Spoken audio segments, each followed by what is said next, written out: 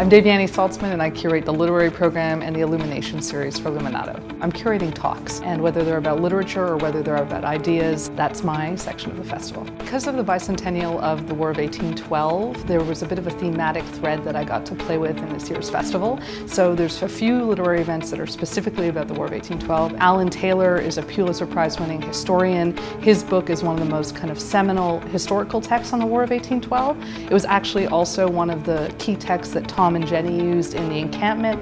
Also, historian James Laxer has a new book called Tecumseh and Brock, and it's obviously about two key players in the War of 1812. To tell you a little bit about the Encampment, it's a free art installation at Fort York. It's 200 tents. And what I love about the Encampment is it's not going to be only a visual sculpture with 200 tents around Fort York, but it's also that each tent has been curated by an individual artist in the city of Toronto. And it's really an exercise in kind of mass-scale storytelling. So each artist had to go and take a story from one of the real people who experienced the War of 1812 and kind of interpret it in a visual arts installation.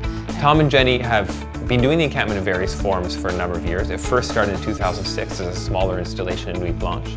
It's since been presented in a different version in New York and also in Ottawa. And each time they kind of tweak the installation to work with local artists to do a collaborative piece on a large scale. We have 125 creative collaborators, so some have chosen 2 individuals to work with. So there's kind of these counterpoints and relationships that have also emerged in this work. So as you're moving through it, you'll find maybe a daughter, and then later on you'll find a mother, and then maybe you'll find the father. So this kind of thread of what a whole experience and different people's perspectives on a singular experience might be.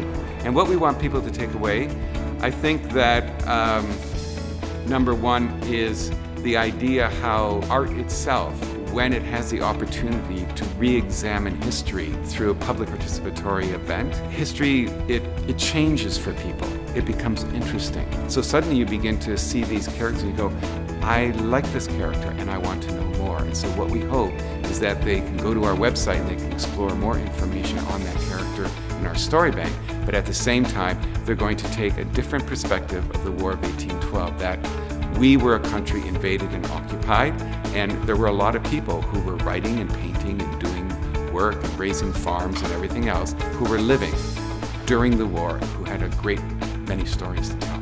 We've been working with 200 students who are creating their own versions of the Encampment. And we took kids out as part of the process on these photo walks of specific areas in the city, both that were historically significant to the War of 1812, but also that are significant to them and their school community. And they took photos, and we took those photos and we mixed them up with photocopies of illustrations and maps of historic Toronto, and the kids are creating these gorgeous collages on the outside of the tents. Luminato's been extraordinary in their support and the volunteer and the education, and I feel like for me I've been able to see a lot of things I've wanted to see happen in this project happen because of the support by Luminato.